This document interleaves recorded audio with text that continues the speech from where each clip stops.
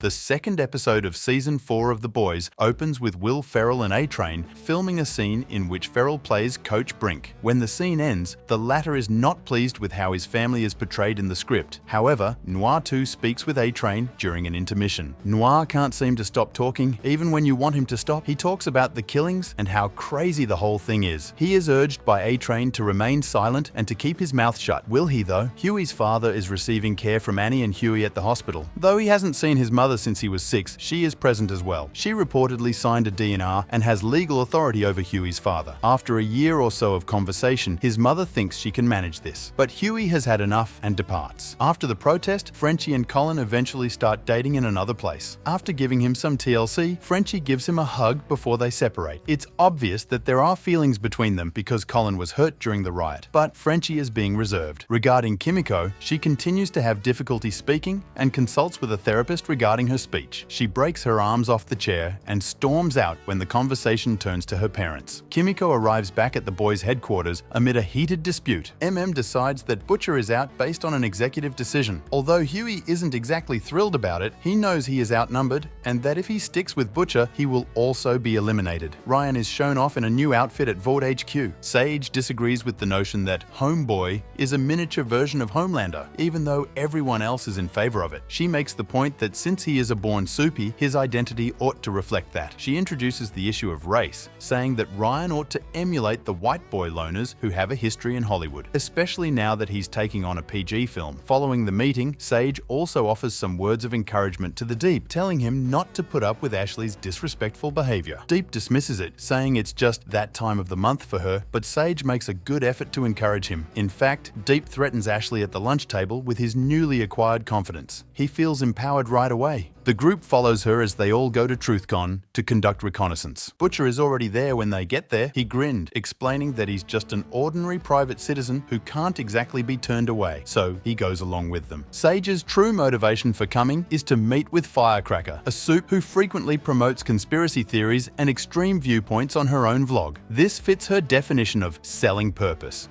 especially by narrating tales and inspiring people to support a well-known cause. Speaking of a well-known cause, Huey and Annie follow A-Train during this time and eventually learn startling information from him that helps clear the Starlighters who are being held responsible for the murders of the accused. As we saw earlier in the episode when Kimiko and Frenchie went snooping, Sage thinks she has potential and tells Firecracker to meet at the Deep Blue Sea room. As they argue over how to handle this situation, Butcher and MM fight again. Mother's Milk tells Butcher to go home after losing her patience with him. When Frenchie and Mother's Milk arrive at the Blue Sea room next door, a drunk Kimiko joins them, and they discover they've been tricked. When the boys are left in a room by themselves, they prevail, even though one of the men is a soup and replicates himself. The guys fight the boys while Buck is nude, but Butcher intervenes and flips the situation around. During all of this, Ryan's staged rescue unfolds into a wildly insane denouement. Ryan throws a man into the wall with such force that he splatters into multiple pieces. Ryan finds the scene to be quite distressing and questions the morality of it all. He is startled, nevertheless, when Homelander sits him down and says that his presence is good for his numbers. Ryan gradually begins to see that he is not humanly sympathetic. Kimiko is adamant about getting even with her past and pursuing traffickers, but Butcher stops by the boys' headquarters to talk to Mother's Milk.